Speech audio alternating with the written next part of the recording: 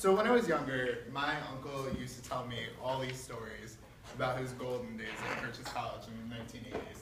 He was a film kid, and he was an avid activist.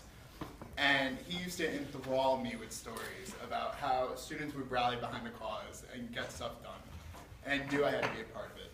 So when I came here for the first time in 2010 on a college tour, and I saw students with like crazy hair and crazy clothes, they weren't afraid to be themselves, and they were definitely not afraid to express their opinions. And I knew I had to come here, and obviously I did. I'm going into my senior year. Last year was my first year doing student government. I started out as a senator, and I absolutely loved it, but my love of art made me want to do more. So I got appointed chair of public art for the PSGA.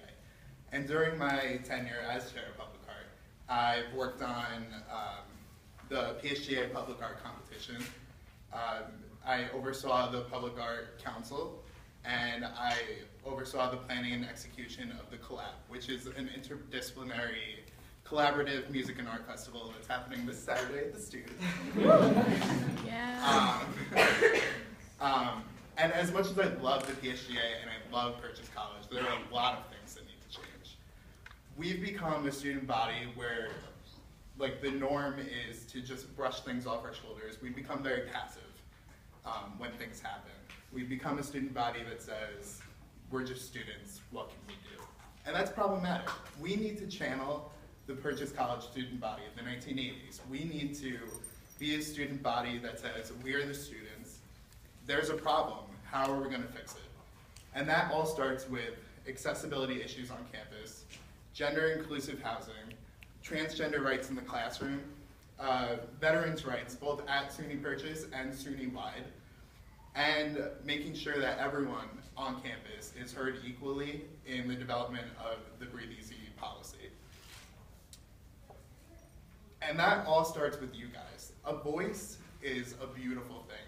A voice can do great things, but when we all band together and use our voices collectively, we can create waves of change on this campus. We need to stand together, and we need to stand up for Purchase. And I'm Aaron Kass. Let me be your microphone.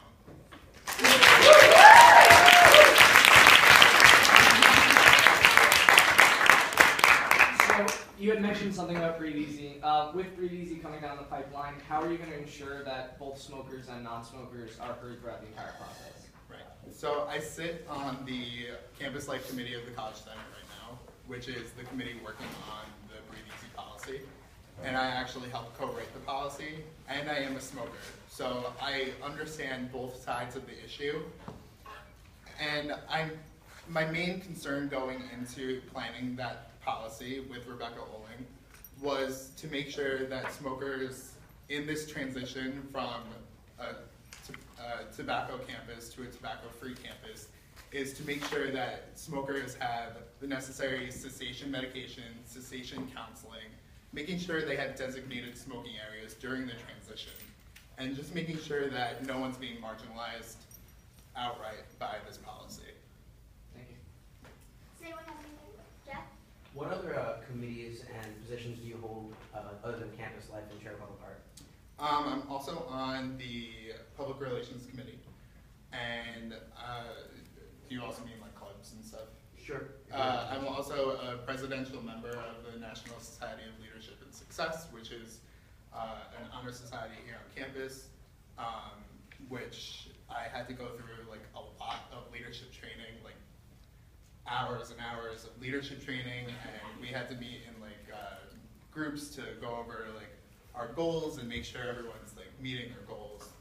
That's basically it. I'm involved. Any other questions? I have a question. Yes. Could you speak on what you plan to do with veterans? I know that was part of your platform. Could you touch a little bit on that? Definitely. I went to the Student Assembly Conference, which is like all of the student governments from each of the 64 SUNY campuses. So we met up in Saratoga Springs, and we had a presentation from the Director of Veterans Affairs, who is Frank Pesco for student assembly, and he had mentioned that veterans were one of the most vulnerable members of the SUNY system, and something needed to be done about it. So myself and a student from Broome Community College are working together to create a veterans advocacy group for all of SUNY. So that would include representatives from each of the 64 SUNY campuses to work on that these students know what kind of benefits they're entitled to, make sure they're comfortable at their campuses, and just make sure everything's running smoothly. Great, thank you so much. Okay, just very quick. So you talked about, you were saying gender inclusive housing. Well, we already have gender neutral, so what do you mean going Okay. further with that? So gender neutral at this campus is kind of gender neutral. You have to have 2 boys and 2 girls, and that's not really gender neutral because you're still taking gender into account. Gender inclusive means you can have like 3 boys and 1 girl, or like 3 girls and 1 boy. The gender makeup doesn't matter. So that's what I'm advocating for, because it would help everyone really.